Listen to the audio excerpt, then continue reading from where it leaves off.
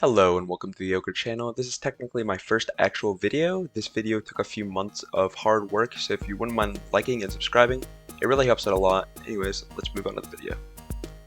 In the game Hypixel Skyblock, there are 3 game modes: Classic, Ironman, and Stranded.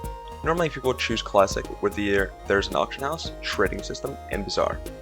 But I play in the Ironman game mode, where there's no trading, selling, or buying things from other players.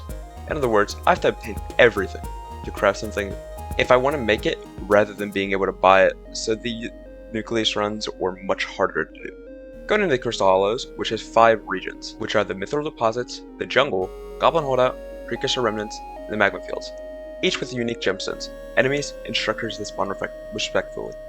Going into Nucleus runs, a Nucleus run takes place in the Crystal Hallows and are an activity where you collect all 5 crystals from each unique structure that spawns from each region and place them in the Crystal Nucleus in order to get a loot bundle from the Nucleus Vault.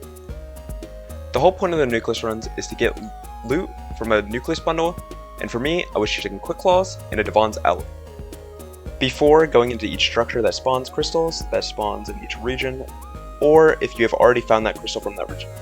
Also, if you plan on doing more than 5 Nucleus runs, I recommend making a route/tunnel to each crystal from the Crystal Nucleus using bombs, or like just mining it out, because it helps out a lot.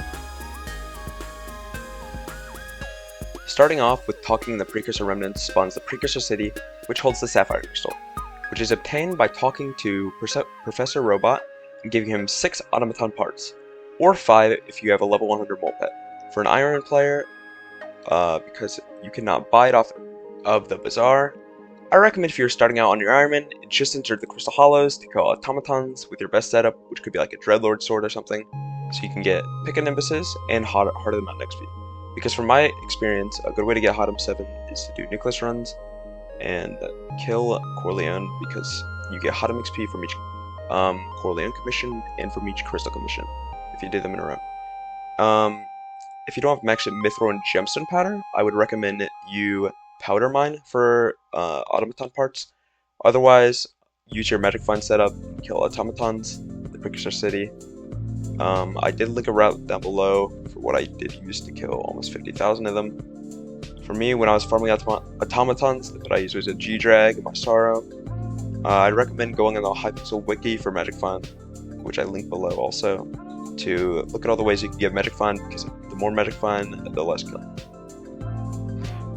Before we move on to the Mithril deposits, I do want to say if you drop a Claw Fossil from the Nucleus runs and don't already have a mole pet, I recommend you stop nuke running temporarily and forge the mole pet, or whenever you if you do nuke runs and you don't have a mole pet and you drop one, just stop and leveling it to level 100 before doing more, because it will make doing nuke runs and prepping them easier, and plus you get extra drops, which I'll talk about later whenever I talk about the mole pet.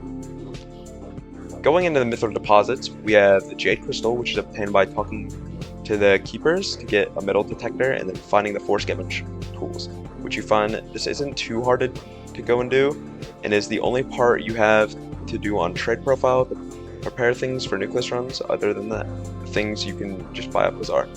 All I'm going to say is for this crystal is I recommend downloading either Soupy, NU, or Battleline Client, because they all have waypoints to show where the chest can spawn, by estimating.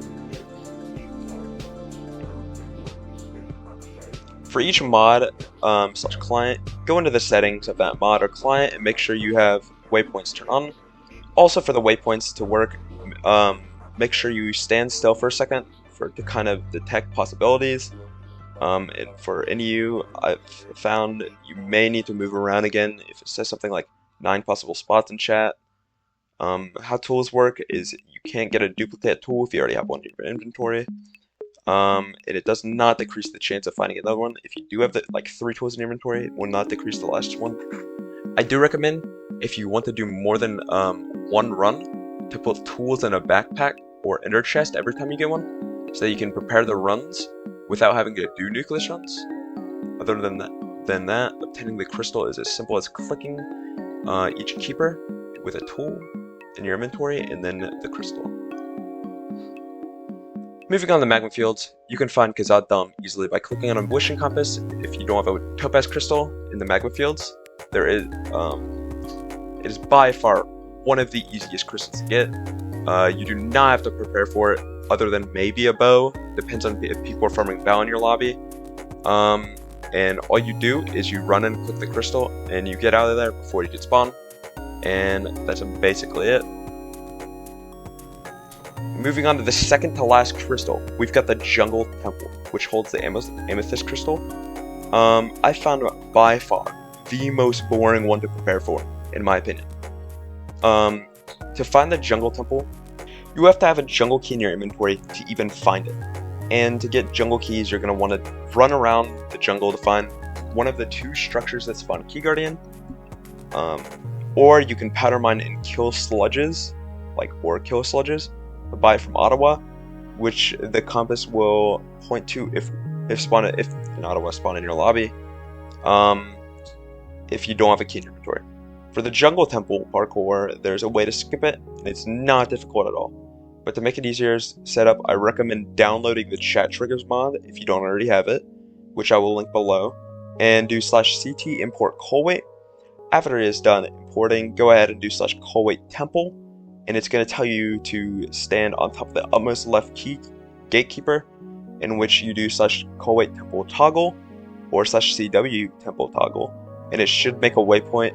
Then what you're going to want to do is go mine into the wall, go down, make a 1x3 cobble platform I found most effective, and you can use the pet rules, which I will show on the screen now, so that whenever you throw a rod, it'll spawn an armadillo, and then whenever you throw a rod again, it'll equip your mole. Otherwise, use the bottom one, which will just equip armadillo every time you throw your rod.